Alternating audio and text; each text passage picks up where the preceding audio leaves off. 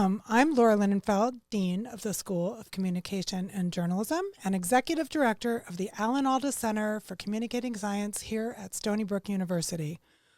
Welcome to our podcast. I am so excited to have with us today Stony Brook University's new Vice President for Research and Innovation, Dr. Kevin Gardner. Welcome, Kevin. Thank you. It's a pleasure to be here. And Laura, you and I go way back. So we do. This is sitting down with an old friend. I'm so thrilled you're here, and I can't wait for the community to learn more about you. Before we dive in to the details of your work, can you share a fun fact about yourself that people might not know from your CV? I may have one I could share, but I'm going to let you do this. You probably do have one that would be embarrassing, so I'm going to go ahead and give you some. So I think the one I thought of is that I grew up working on a farm. And the very first day I worked on that farm, I had to deliver a calf, help pull a calf out of a cow at age 13 years old or whatever.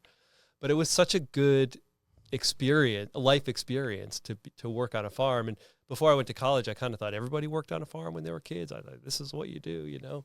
But it was cutting tobacco and, you know, taking care of the cattle and things like that. And it was so motivating to go back to school. Like, I loved working on the farm, good hard work, but then I could also see the value in getting an education. And here I thought I knew you, and now I know more. Just tell me briefly, because I'm so curious, how did that shape you? Well, I'm an avid outdoorsman, right? So there's things like that I really appreciate nature, and that's a really important part of who I am and my spirituality. But I also think it was like hard, humbling work.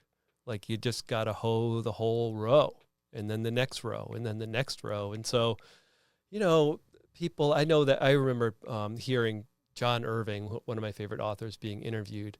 And he said how frustrating it was for him to hear that people thought he was such a brilliant writer and so forth. He was like, I work so hard on every single sentence in every one of these novels. It's hard work. It's not, magical brilliance. Let's talk about you coming to Stony Brook. It's kind of funny we both landed here, right? Yep.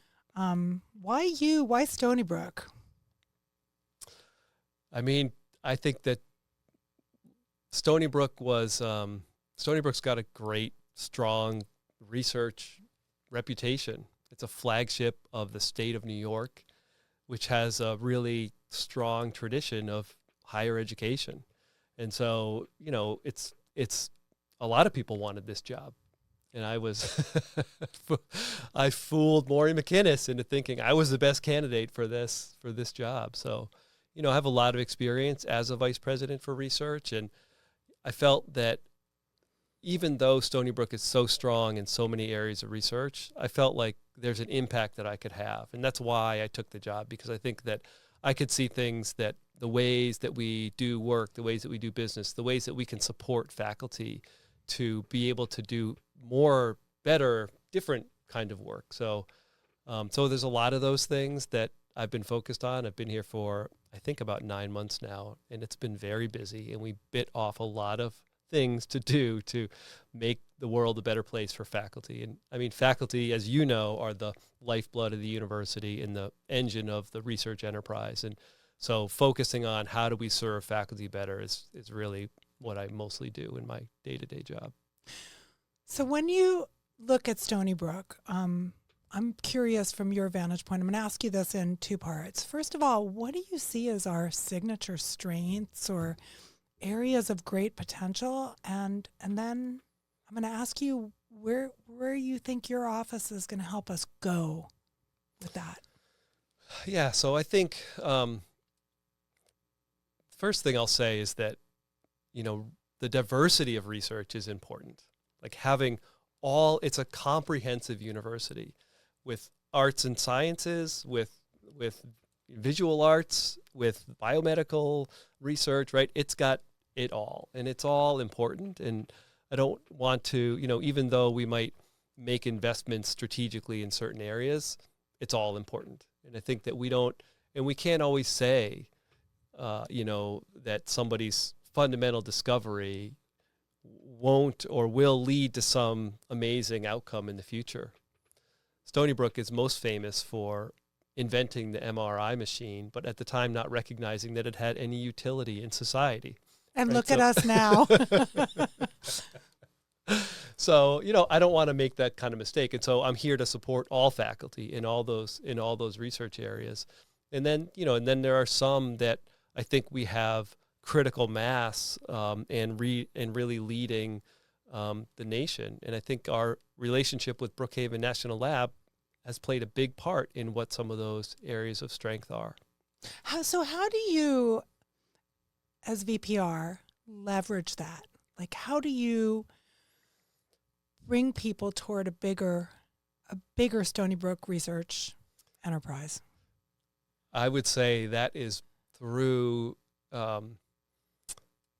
providing a vision that people want to be a part of, and making it a pathway that is inviting and exciting.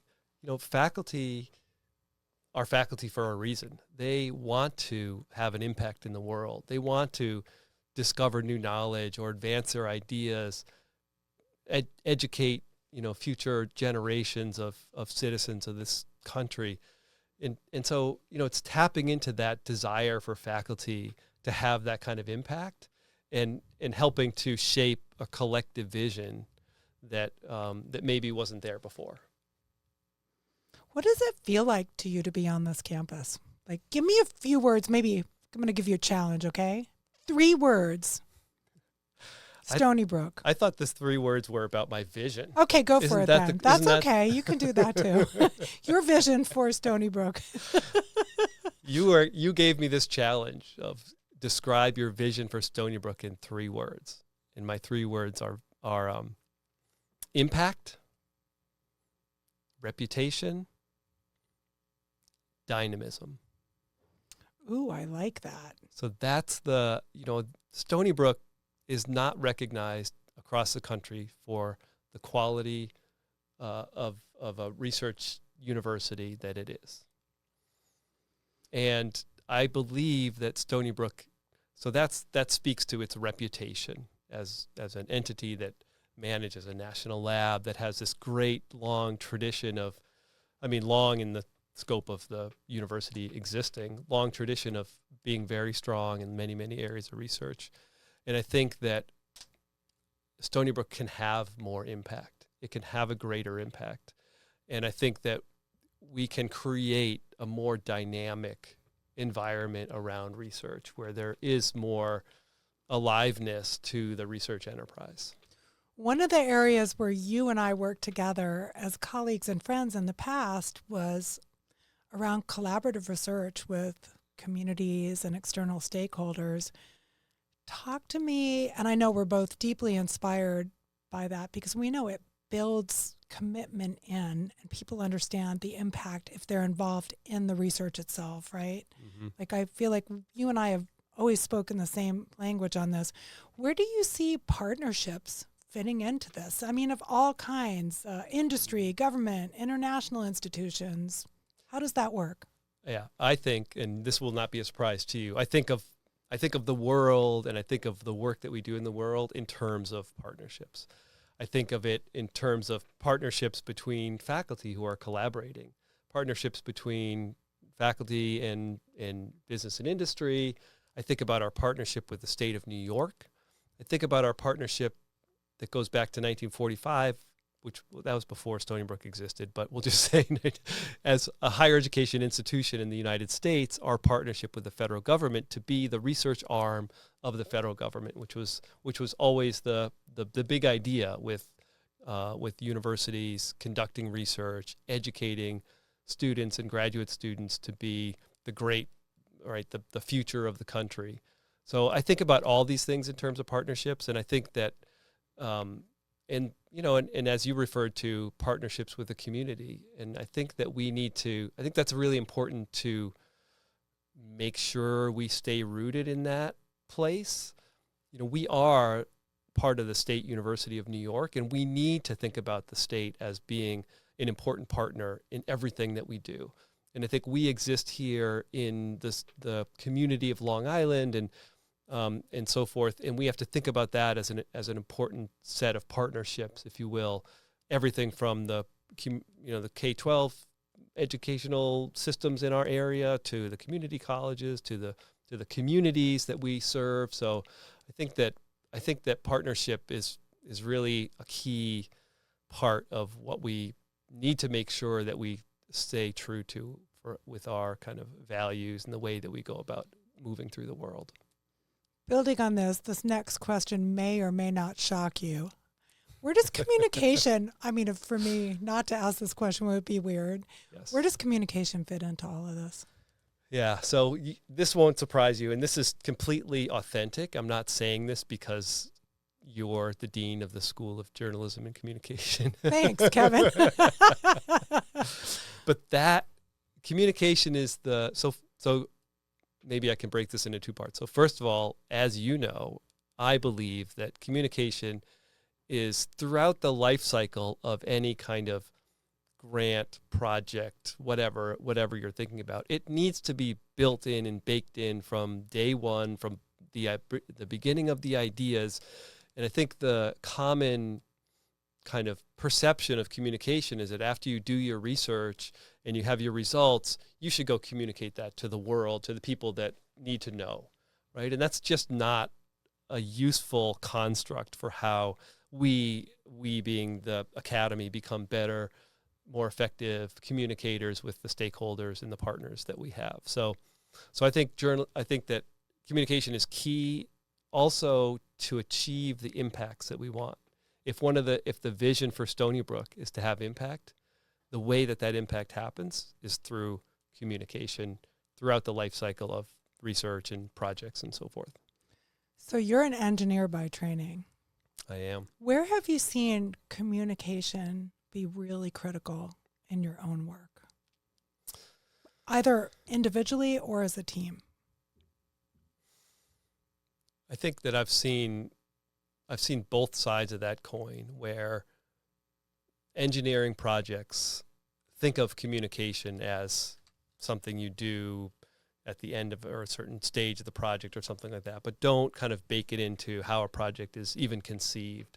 And so on one of our New England Sustainability Consortium projects, there was a community, I remember, that in your old home state that,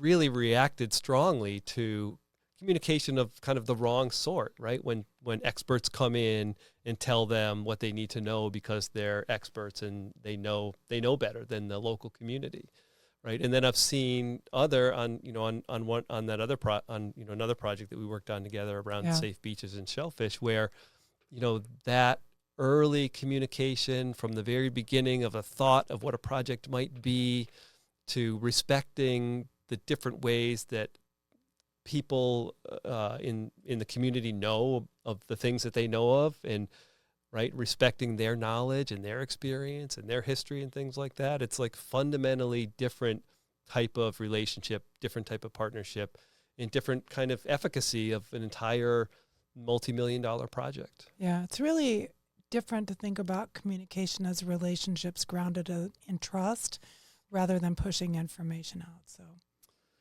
Yeah, and I think we have to think about that as a university that knows that we need partnerships with business and industry, that knows we need partnerships with our federal delegation in the state, state officials and things like that.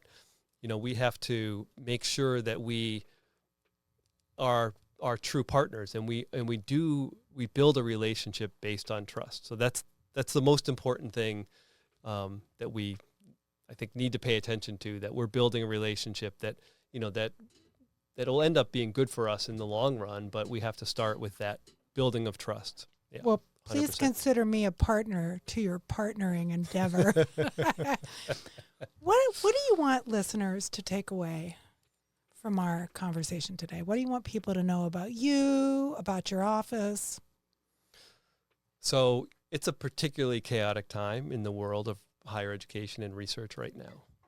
And I think it's important that people know that the new knowledge that we create as we undertake research projects, as we develop new partnerships with collaborators at the university, within the community and beyond, that I believe new knowledge has the potential to make the world a better place, whether it's new technologies or it's a new understanding or if it's a new way of reflecting on the world or whatever that is. And so that's a value that I believe that Stony Brook holds and that we continue to believe in and that we continue to pursue. Stony Brook's mission as a higher education institution, as a place where knowledge is created and discoveries are made, is not going to change. So we're going to keep that mission, whether it looks different in the future. That's certainly possible, but we're gonna keep that mission and make sure that we continue to focus on what's important, which is knowledge discovery, getting those things out into the world, making sure that we work collaboratively with our partners in the state of New York and across the country and with the private sector and so forth, to do great things and to make the world a better place. So we're not giving up on our values. Count me in to help wherever I can. Yeah. So you're looking for a quick, easy transition over to, I'll just say that one of the ways that we influence the world is we think creatively about how we can solve problems, right? That's the work that we did together. How can we improve the situation for shellfishing in Maine or, in Long Island for that matter? We could ask the same question here. And in a way, that way of thinking about the world, we usually think about as an innovation or kind of innovation or entrepreneurial mindset. And so I'm happy that Stony Brook University has the wisdom to hire someone to focus on innovation and entrepreneurship for students at the university.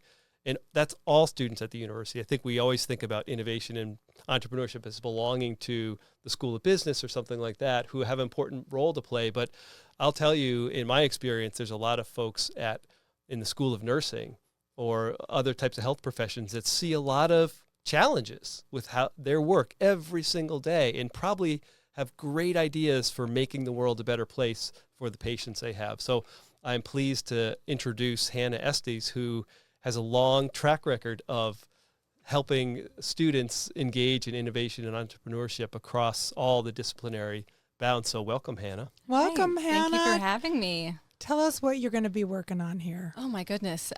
So it's a pretty big amount of things that we're going to be doing, but I think the foundation of it is going to be the just fostering entrepreneurial culture here. So again, to echo Kevin, the interdisciplinary work is really, really important to our team and especially to me, because I've seen some amazing things. And you see some of these students out of social work, so they go into these places that we have never seen, and so they create some amazing solutions. So that's the first part. And I also want to make it easy on these students to find these resources. So we have amazing students. They are creating all of these solutions to problems. I ran into a student recently. He had a hard time finding a research internship, and so he decided to have someone code an entire platform where we can auto-populate research opportunities. And so he just did that on his own. So I think that's the hardest part. It's the entrepreneurial mindset. And I can tell the Stony Brook students already have that. So now it's on us to give them the resources and also see how else Stony Brook, what other opportunities they have as well. I can't wait to see where this all lands.